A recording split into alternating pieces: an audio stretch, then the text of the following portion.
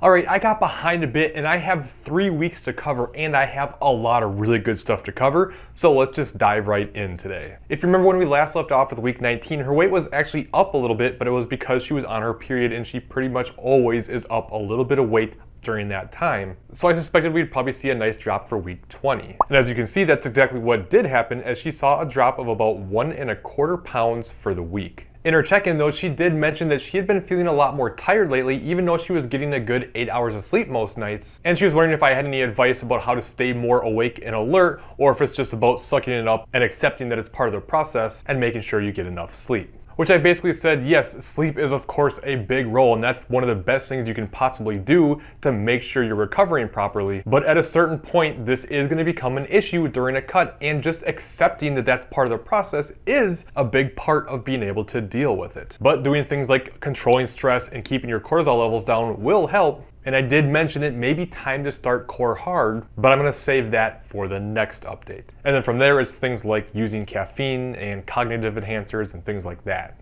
I did ask her how her ankle was doing, because if you remember, we did lower her cardio to try to help recover, and in turn also lowered calories. And she said it was much better, probably about 95% better, but in an effort to make sure we don't make things worse, I decided to just keep things the same this week, going into week 21. Now week 21 was a different one for Vivyen. Her macros were much more sporadic than usual. She took her double refeed earlier than usual. In fact, she took it the first 2 days of the week because she was having some desires to overeat, and she felt like if she had those extra calories, she'd be able to squash some of those binging desires, and it did help. However, later in the week, she found out the night before she was going to be going out with friends and was going to be out and doing a lot of eating out and things. So she tried to compensate by stopping her eating earlier that day to leave some more room for the next day. And then the next day came, and with all the eating out and just having fun and eating different things, she ended up going quite a bit over calories. She actually didn't track until after it was all done and then plugged it in, and she ended up at almost 3,000 calories, which is about double her normal calories. Then the next day she tried to make up for some of this by only eating 800 calories, which in one way is sort of a win because she was able to stick to those lower calories, which she wasn't sure she'd be able to do. And she also ate about 100 calories less the following 2 days, ending her week. That said, had she reached out and asked me about it, I probably would have told her not to try to make up for some of this and just get back on track, as I'm just not a big fan of trying to make up for that big of an overage. Now, borrowing some calories is certainly fine, but I feel like at a certain point, not only is there the mental problems of feeling like you have to binge and restrict, I just feel like mentally that can be a bit of a slippery slope. And you know what? Sometimes you just have to have fun and go out and be okay and not worry that you're gonna overeat for one day, and understand that in the grand scheme of things, if you just do this from time to time, it's gonna make no difference in the long run, and we have to be able to live our lives. It's when it starts becoming a repeated trend that we need to start being concerned. So anyway, with that said, she only saw a drop of about 1/10 of a pound for the week, but she also mentioned that she hadn't lifted the week before, which I wasn't aware of. So there's a pretty good chance she was holding extra inflammation, so even with macros being all over, she's actually probably in a pretty decent spot anyway. That said, I did mention to her that I've noticed not just last week, but over the last few weeks, her eating patterns have been a little bit less consistent than usual. And I didn't mean that in a beating her up kind of way or coming down on her or anything. It's just, it could be a sign that the diet's starting to take a toll and we should start talking about a potential exit strategy. I mentioned that if she does end up getting to the point where she feels like she's just over the cut, we shouldn't keep pushing. Even if she has more progress she wants to make, if it's not there, it's gonna lead to more and more adherence issues, because it's like you're just fighting and you're overeating and it just becomes this huge battle, and it's just not worth it. So when going over the options, I mentioned we could do a few different things. One, we could just take like an extended diet break, or like a mini reverse diet, so to speak, and just give her a nice break and come back a little bit later. Or we could even reverse through like the end of the year here, where you have high calories going through the holiday season, and be able to enjoy that time, and then maybe start a new cut at the beginning of 2021.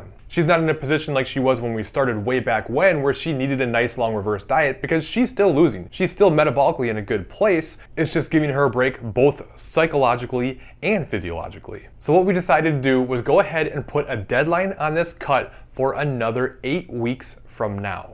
What we do is we take one more diet break at some point and then come back and make that final push and then pull the plug.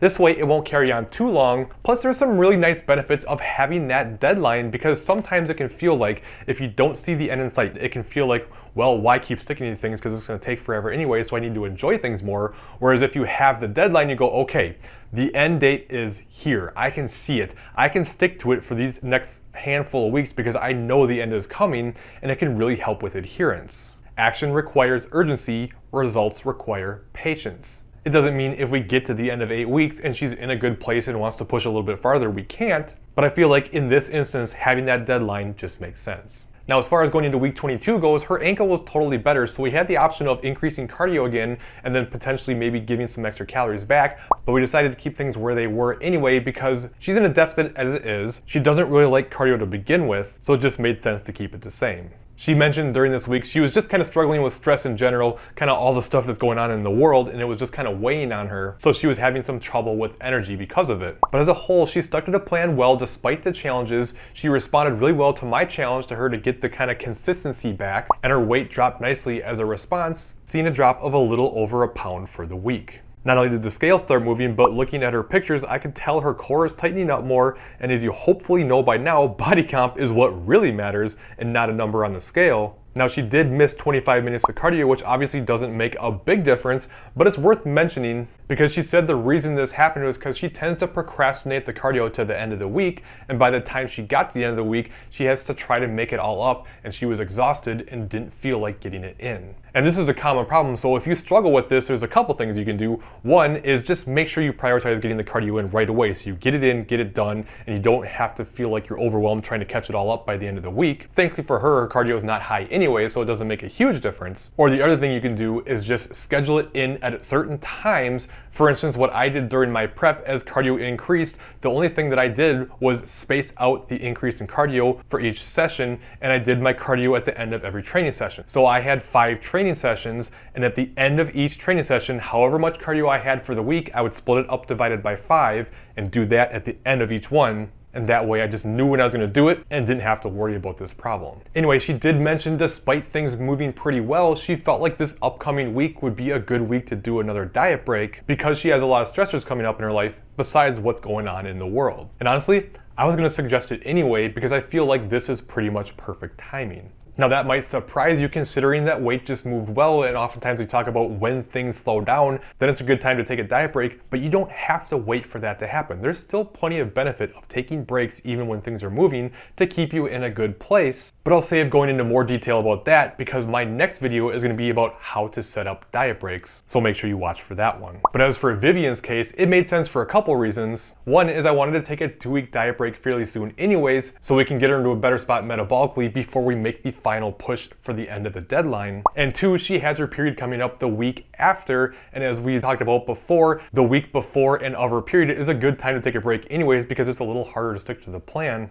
So this way we can take 2 weeks, get through the more difficult part, put her in a better spot, and then she'll have 5 weeks when she comes back to make the final push. And she'll be set up nicely to do so, and we'll probably even get a little bit more aggressive. Even though she's responding okay, and we wouldn't have to, since there's only 5 weeks left, it's like, okay, let's just make this final go at it and just really go hard for 5 weeks, and then we can get you out. By the way, if you're wondering how much cardio you should do while cutting and how to make adjustments when things stall, then make sure you check out this top video, and I'll take you through step by step. If you have any questions, please leave them in the comments below, and I'll see you next time.